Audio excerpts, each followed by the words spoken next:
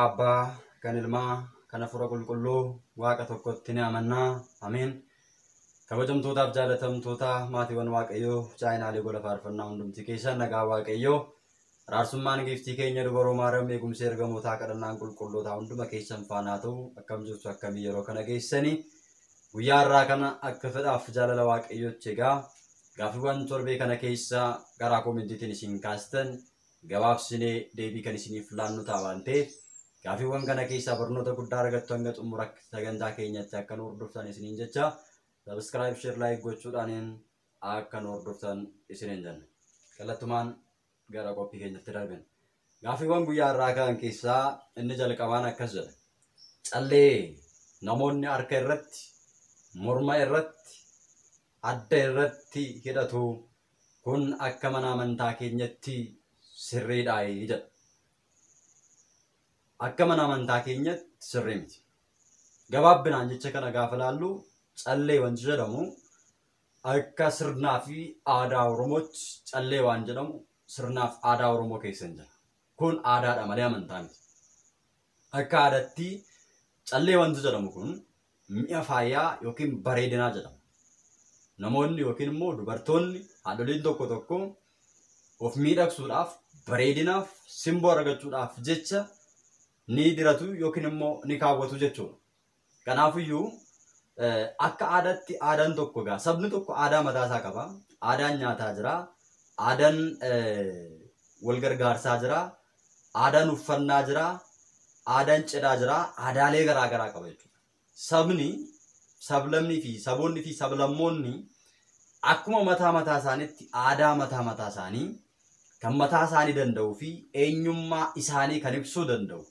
Sabboonummaa isaanii kan isaaniif ibsuu danda'u, eenyummaa isaanii kan isaaniif ibsuu danda'u, mallattoo addaa kan isaaniif ta'e sabni yookiin sabni tokko saba biraarraa aadaadhaatiin waan irraati addaan bahuu danda'u kan mataa isaa qaba jechuudha.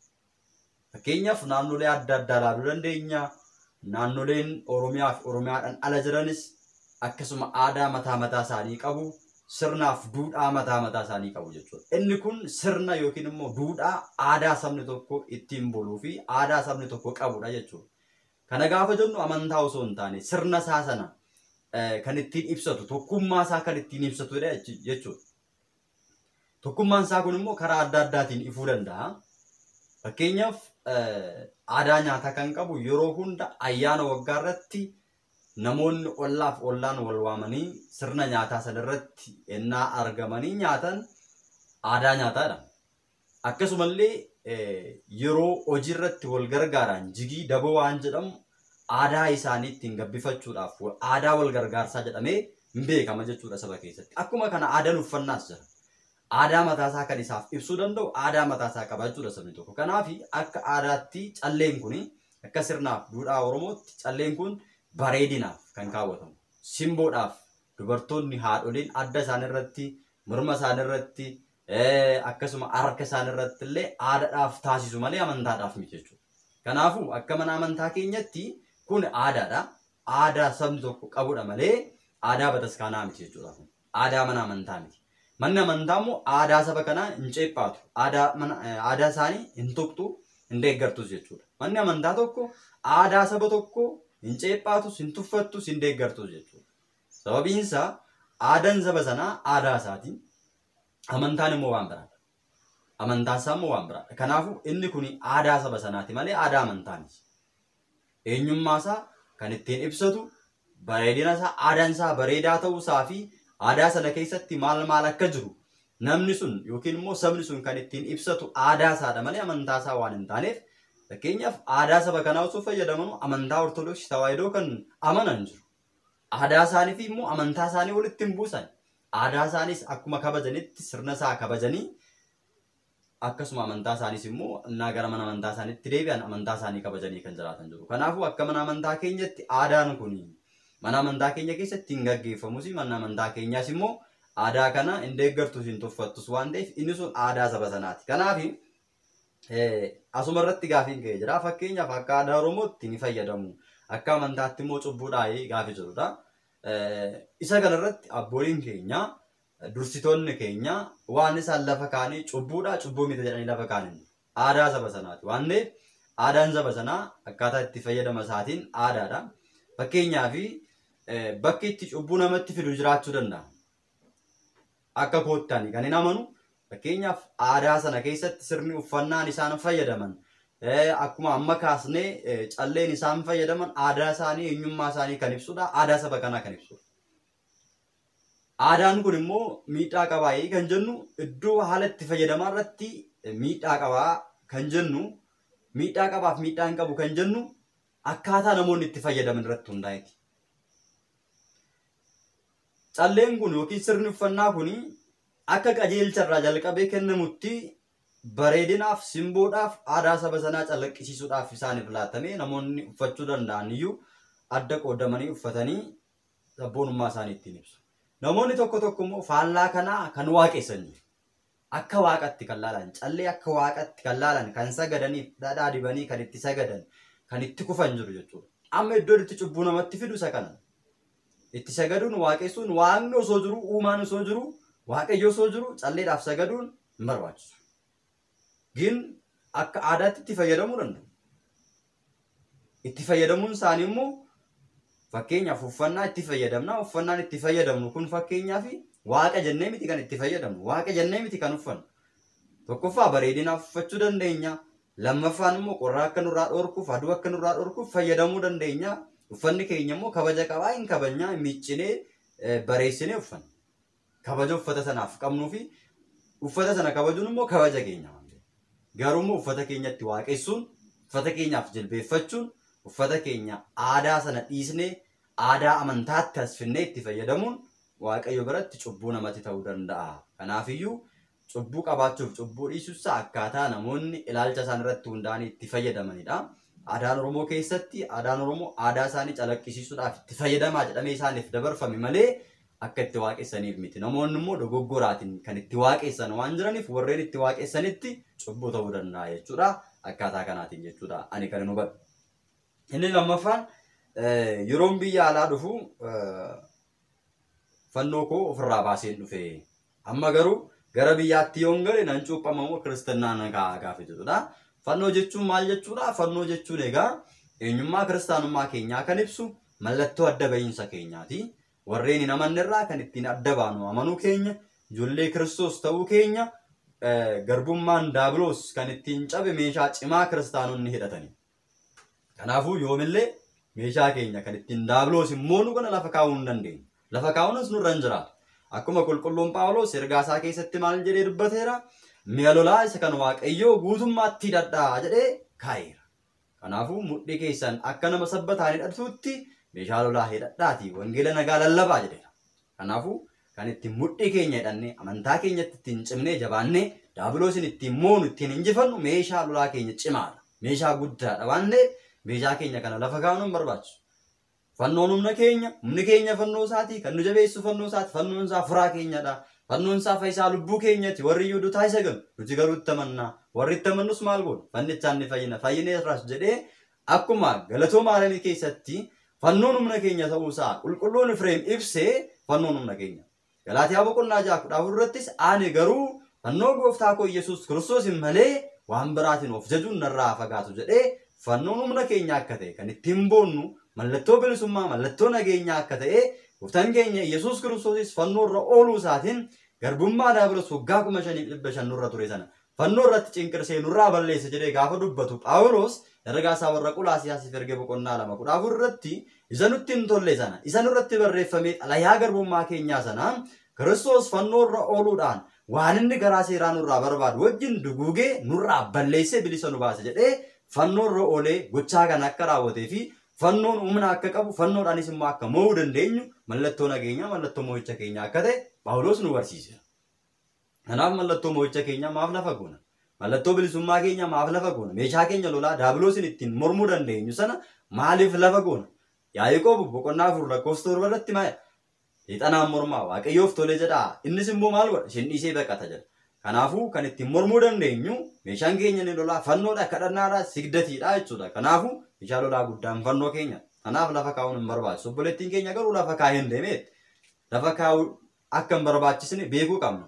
lafa kaa'ee ergan deemeeti immoo fannoo koo baasee deeme gara biyya kiyyaatti gaafa hin galee nan cuuphamoo kiristinnaan kaa'aa gaafii jedhu kaase. Kanaan dura kiristinnaan gaane yoo ta'e namoonni tokko jiru osoo kiristinnaan kaa'iin mucummaa Sillaasee guyyaa 48 otoo hin fudhatin guyyaa keessa dhufanii gara bataskaanatti dabalamanii fannoo hidhatanii kiristaana kan ofiin jedhan jiru. Kun garuu sirriin kaleessa kiristinnaa hin kaane yoo ta'e dirqama cuuphamuun kiristinnaa kan dirqamadha. Kaleessa immoo guyyaa 40tti yookiin 80tti dhiirri 40 dubarri 80tti akkuma kiristinnaan kaamu mucummaa Sillaasee akkuma fudhatamu lammaffaa dhuguma isiniin jedha. Bishaanii fi hafuura qulqulluu irraati lammaffaa dhalachuu baannan mootummaa Waaqayyoo arguu hin dandeessan jedhee itti galuu miti dhaaluu miti arguu hin dandeessan jedhee Wangeela Yohaannis boqonnaa 3:5 irratti dubbateera. Kanaafuu mootummaa Waaqayyoo arguudhaaf mootummaa Waaqayyoo dhaaluudhaaf cuuphamuun bishaanii fi hafuura qulqulluu irraati. Cuuphamuun barbaachisaadha. Kaleessa cuuphamti itti yoo ta'e obboleettiin keenya har'a ganaa irra deebiidhaan kiristinnaa gahuun hin barbaachisu. Garuu cuuphaa qalbii jijjiirraa cuuphamuu dandeessi. Iddoo sabalaa deemtee cuuphamuus dandeessi. Cuuphaan qalbii jijjiirraa karaa abbaa gaabbiis kennamu qeerar kan jedhamus jira. Isas cuuphamuu dandeessi. Lammaffaan immoo egaa cuuphamuun qabamoo kiristinnaan kaa kan jedhu kiristinnaan kaan yoo ta'e dura kiristinnaa kaa'uu. Kiristinnaa kaatetti yoo ta'e immoo cuuphaa qalbii jijjiirraa cuuphamuu gaabbii galuudhaan fannoo hidhattee miseensa kiristaanummaatti makamtee kiristaanota wajjin Waaqayyoon galateeffachaa gaabbii galuun fooniif dhiiga isaa fudhattee mootummaa Waaqayyoodhaaf of qopheessitee jiraachuun ni danda'ama jechuudha. Gara gaafii itti aanutti darbina. Gaafiin itti aanu abbaan manaa fi haati manaa qurbaana duraa fi booda fedha foonirraa ammam fagaachuu qabu yeroo gaa'ilaas gaafiin jedhu ga'e. Fakkeenyaaf qurbaana jechuun fooniif dhiiga Waaqayyooti. Jireenya bara baraatti kan ittiin galuu dandeenyu mootummaa isaa kan ittiin dhaaluu dandeenyu. Dhibbaan dhibbatti kan amanuu qabnu namni kamuu mootummaa isaatti galuudhaaf qurbaana fudhachuun barbaachisa. Qurbaana fudhachuun barbaachisa. Fakkeenya tokko isinii kaasisinitti. Namni tokko jiraachuudhaaf nyaata nyaachuun bishaan dhuguun barbaachisaadha. Macaafni qulqulluun namni nyaataaf dhugaatii qofaan hin jiraatu hafuura Waaqayyootiin malee inni jedhu immoo as keessatti namni gonkumaa midhaaniif nyaata dhiisee waggaa dheeraa jiraata jechuun hafuurri Waaqayyoo inni jedhame sun Waaqayyotti amanuudha fooniif dhiiga isaallee of keessaa qaba. Haa ta'uuti egaa namni foonii fi bishaan malee nyaataaf bishaan malee jiraachuu akka hin dandeenye lubbuun keenyas immoo mootummaa isaatti galuudhaaf boqonnaa argachuudhaaf akkuma foon keenya dadhabbii irraa boqochuuf bishaan nu nyaata nyaannu lubbuun keenyas boqonnaa argachuuf mootummaa isaatti galuuf fooniif dhiiga isaa barbaachisaadha. Barataan tokko yuunivarsiitii galee barataa cimaa ta'e achi ba'ee mindeeffamee jiraachuudhaaf qabxii argachuu qaba. Qabxiin qabu taanaan dookimentiin qabu taanaan kaampaasii hin taqabbalu yookiin immoo fudhatu jechuudha. Akkuma kana nutis fooniif dhiiga Waaqayyoo hin fudhanne taanaan mootummaa Waaqayyootti galuu hin dandeenyu. Gaafa guyyaa jimaataa fannoo irraa oollee osoo jiru gooftaan keenya Yesuus Kiristoos vaataawii zeeman karaa mirga isaatti kan fannifame namtichi maal jedheen yaa gooftaa yeroo dhufaatii keetti mirga keetti na yaadadhu gaafa jedhuun dhiiga isaatiin chaappessee Kiristoos maal godhe gara gannataatti erge dursee dhuguma siniin jedhaa har'a na wajjin gannata seentadee ofiisaa gara si'oolii seenee lubbuuwwan baasuu dhaqee isa immoo dursee gara gannataatti erge dhiiga isaatiin chaappessee waan kenneef gannannaaf banamtee galeera jechuudha dursee nama kamuu. Kanaafuu gannata galuudhaaf boqonnaa bara baraa argachuudhaaf foonsaaf dhiiga isaa fudhachuun barbaachisaadha. Foon koo kan nyaate dhiiga koo kan dhuge jireenya bara baraa qaba. Foon koo kan hin nyaanne dhiiga koo kan hin dhugne immoo jireenya bara baraa hin qabu. Mootummaa kootti galuu hin danda'u. Foon koo kan nyaate dhiiga koo kan dhuge ana keessa jira. Anis immoo isa keessa jira jedhee wangeela Yohaannis boqonnaa 6:54 irratti dubbatee jira. Kanaaf fooniif dhiiga isaa fudhachuun barbaachisaadha. Jireenya bara baraatti galuudhaaf eebba bara baraa argachuudhaaf mootummaa isaatti galuun barbaachisaadha. Mootummaa isaatti galuudhaaf immoo fooniif dhiiga isaa fudhachuun barbaachisaadha. Kanaafuu gaa'ela keessatti fooniif dhiiga Waaqayyoo fudhachuudhaaf dura erga fudhatanii booddee immoo fedha foon irraati. Amman fagaachuu qabaa gaafiin jedhu gaafii sirrii. Gaafii beekuunis barbaachisuudha jechuudha. Kanaafuu gaa'ela keessa gaafa jennu gaa'elli eebbifamaa akka ta'e macaafa qulqulluu irratti dubbatee jira Waaqa. Mucaan abbaa haadha isaa inni isa haadha manaa isaatti maxxanaa lamaan isaaniiyyuu foon tokko ta'u kun immoo iccitii guddaadha jedhee Phaawulos ergaa isaa warra Efesooniidhaaf erga boqonnaa 5:32 irratti iccitii guddaadha jedhee namoonni lama tokko ta'anii fooniif dhiiga isaa fudhatanii jireenya bara baraatiif of qopheessuu isaanii iccitii guddaa akka ta'e dubbatee jira. Kanaafuu gaa'elli eebbifamaadha. Iddoon ciisichaas immoo kabajamaadha akkuma jedhee gaa'elli qulqulluudha. Muudee kan hin qabne, hirrina kan hin qabne. Abbootiin keenya hedduun qulqulloonni gaa'ela keessaati kan argaman. Kan akka qulqulleettii Rooroo Maariyaam, kan akka qulqulluu Yohaannis Cuuphaa, qulqullootiin abbootiin keenya hedduu isaanii gaa'ela keessaati kan dhufan. Kanaaf gaa'elli qulqulluudha. Gaa'elli xureeffamuu hin qabu. Kanaafuu gaa'elli amma qulqulluu ta'etti immoo fooniif dhiiga waaqayyoo yommuu fudhatan amma irraa fagaachuun barbaachisaadha kan jedhuuf fudhachuudhaan dursa guyyaa 3. Erga fudhataniin booda guyyaa 2. Walitti guyyaa meeqa? Guyyaa 5. Akkaataa kanaatiin qurbaanni fudhatamuu fi erga fudhatamee fi osoo hin fudhatamin dursa fedha foonirraa abbaan manaa fi haati manaa kan fagaatan jettee manni amantaa keenya seera kana wangeela irratti hundooftee nu keessatti waan ta'eef fudhachuudhaan dursa guyyaa 3 erga fudhataniin booddee immoo guyyaa 2. Gaafii xumuraa. Gaa'ela taglilii raawwachuun gaa'ela taglilii raawwatanii sirbuu fi sirbisiisuun sirriidha jedha. Sirriin kamitti sirriidha?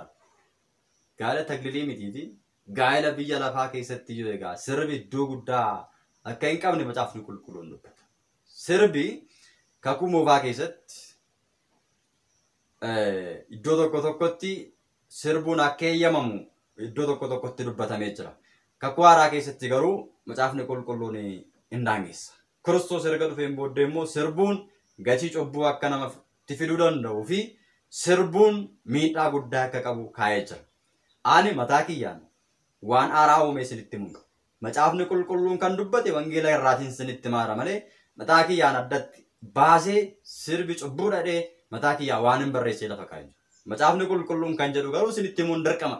Abbaan itti jiraate immoo eebba bara baraa argata.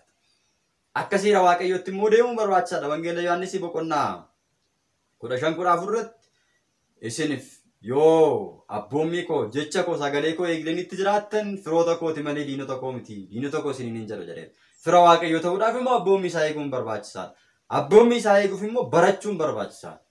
Kanaaf waan waaqayyo jedhamu sirriitti dabarsuun barsiisuun ofiis itti jiraachuun barbaachisaa waan ta'eef jechuudha. Kanaafuu gaa'ela taglilii gaafa jennu gaa'elli taglilii kabajamaadha, eebbifamaadha. Gonfoo jireenya bara baraa akkuma qulqulluun Phaawulos ani fiigicha koo xumureera amantaa koo seegeera kanaan booddee gonfoo jireenyaan na eeggata akkuma jedhe gonfoon jireenyaa sun rakkina hedduu keessa darbamee isa dhufame sana kan agarsiisudha. Gaa'ela keessatti namni sirna tagliliidhaan gaa'ela isaa gaggeeffatu qormaata addunyaa hedduu keessa darbee hawwa foonii hedduu mo'atee gara iddoo kanaatti dhufee kabaja sana argata. Kabajni inni irratti argatu immoo hanga xumuraatti jabaatee yoo dhaabbate gonfoo isa samiis mootummaa waaqayyoos argachuu danda'a. Ragaa guddaadha, kabaja guddaadha. Kabaja kana keessatti immoo erga kabajamaniin booddee gaa'ela keessatti egaa waan isin beekuu qabdan gaafa gaa'elli keenya raawwatamu maatiin keenya nu diggisanii gammachuu keenya irratti argamanii firoota isaanii irratti waamanii affeeranii nuuf gammadu. Gammachuu guddaa waan ta'eef isaaniifis nurra darbee isaaniif gammachuu guddaadha. Akkuma kana immoo manni amantaa keenyas diggisii guddaa nuuf diggisti. Mana qulqullummaa keenyatti fooniif dhiiga isaa qopheessite kabajjii faarfattoonni ajjabanii dhufaniif nu faarfatanii gammachuu keenya dhageessisanii gammachuun keenya gammachuu isaanii ta'ee gabu. Samii irrattis ergamoonni waaqayyoo namni tokko gaabbii galee gara waaqayyootti deebi'ee fooniif dhiiga isaa gaafa fudhatee kabajamu kabaja guddaatu diggisii guddaatu isaaniif ta'a akkuma jedhu samii irratti guyyaa sana guutuu gammachuu guddaadhaan nu faarfatu. Bakka saditti nu faarfatameera laala. Bakka saditti diggisiin kun nu diggifameera. Maatii keenya biratti mana amantaatti samii irratti nuuf diggifamee nuuf qophaa'ee nuti immoo diggisii biraa diggisii sirbaa kophaatti kan qopheessinu yoo ta'e kun egaa waaqayyoon hammam akka nutti gaddu laala. Macaafa qulqulluu keessatti akkuma dhageessanii Heroodis namtichi jedhamu sun ayyaana dhaloota isaa gaafa kabajatu diggisii sirbaa intallee Heroodiyaa haati manaa Filiiphoos kan deesse Filiiphoosiif kan deesse diggisii sirbaa maal gooteef isaaf qopheessitee turte. Fuuldura isaatti sirbite isa gammachiiste. Kanaan booddee Heroodis maal jedhe intala Heroodiyaa Solomeedhaaf waadaa gale. Waan barbaadde siifan laadha. Gimmaasha mootummaa kiyya irraa kutee siifan kenna. Waan barbaadde fudhadhee gaafa waadaa galuuf ani mootummaa kee hin barbaadu. Biyya lafaa bultuu hin barbaadu. Morma Yohaannis cuuphaa naaf kenne jettee gaafatte. Yohaannis immoo sagalee waaqayyoo barsiisaa ture. Saba cuuphaa ture. Gara waaqayyootti saba deebisaa ture. Kan inni dubbate garuu haadha manaa obboleessa keetii Filiiphoos fuutee haadha manaa kee godhachuun siif hin ta'u jedhee ifaan ifatti mootota fuuldura dhaabbatee mormaa waan tureef inni immoo bareedina ishee ilaalee simboo ishee ilaalee haadha manaa obboleessa isaa fuudhee wajjin jiraachuu waan barbaadu. Cubbuun kun immoo isatti waan mi'aayeef ishittis waan mi'aayee jiru ishiin immoo mootii kana wajjin jiraachuu waan barbaadduuf morma Yohaannisiin cuuphaa akka isaaf kennamu taasiste. Innis waadaa galeera waan ta'eef sirbichaan gammadeera waan ta'eef ishee gammachiisuudhaaf morma Yohaannis cuuphaa kutee kenne. kun cubbuu guddaatti akka nama galchu asirraa barachuun hin danda'amu. Diggisii manni qulqullummaa nuuf deggaste nuuf qopheessite kabaja guddaa ta'e osoo jiru diggisii sirbaa qopheeffachuun Waaqayyo wajjiniin akka walitti nama buusu beekuun barbaachisaadha. Lammaffaa irrattis waa'ee sirbaa irratti macaafni qulqulluun iddoo tokko tokkotti sirba jedhee waama. Iddoo tokko tokkotti immoo weennoo jedhee waama. Weennoo jechuun sirbadha. Kanaafuu weennoon kun yookiin sirbi kun akka hin barbaachisne macaafa qulqulluu keessatti gara cubbuutti akka nama gatuu danda'u gaafa dubbatu ijjummaa, sassatuu, ammeenya, haxxummaa, gadi dhiisaa, weennoo yookiin sirbi nama salphisuu of tuulummaattis irraa of eegaanuun jedhee akka hin barbaachisne macaafa qulqulluu keessatti Maarqoos boqonnaa 7:22 irrattis dubbatee jira. Kanaafuu akka hin barbaachisne hin dubbataa jechuudha. Waan hin barbaachisne kana waan Waaqayyo immoo hin barbaanne kana dhiisuun barbaachisaadha. Wanti hamaan kun hundinuu keessa yaada garaa namaatii bahanii xuraa'aa nama gochuu hin danda'u jedha. Ilaala. Yoo sirriitti hubattan ijjummaan, sassata, ammeenya, haxxummaan, gadhiisaan, weennoo yookiin sirbi kun nama salphisuu fi of tuulummaan, dagattummaa wanti hamaan kun hundinuu keessa yaada garaa namaatii bahanii nama salphisuudha. Keessaa bahanii keessa yaada garaa namaatii. Garaa keenya keessaa, laphee keenya keessaa, yaada keenya keessaa wantoonni bahan kun hundumti isaanii nama salphisuudha.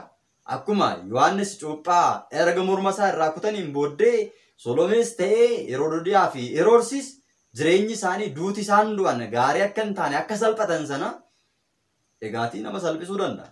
Akka hin salphanneef immoo seera macaafa qulqulluu eeguun barbaachisaadha. Yoo itti daballee ilaalle koottaa nuun jedha qulqulluun Phaawulos waa'ee kanarraa akka nuti deebinuuf koottaa amala keenya tolfannee akka warra ifa guyyaa keessa deddeebi'anitti jiraanna malee albaadhummaatti yookiin immoo garaa jaalachuutti, machiitti, alalummaatti yookiin gadhiisatti, namaan loluutti yookiis immoo weennotti hin jiraannu nuun jedha.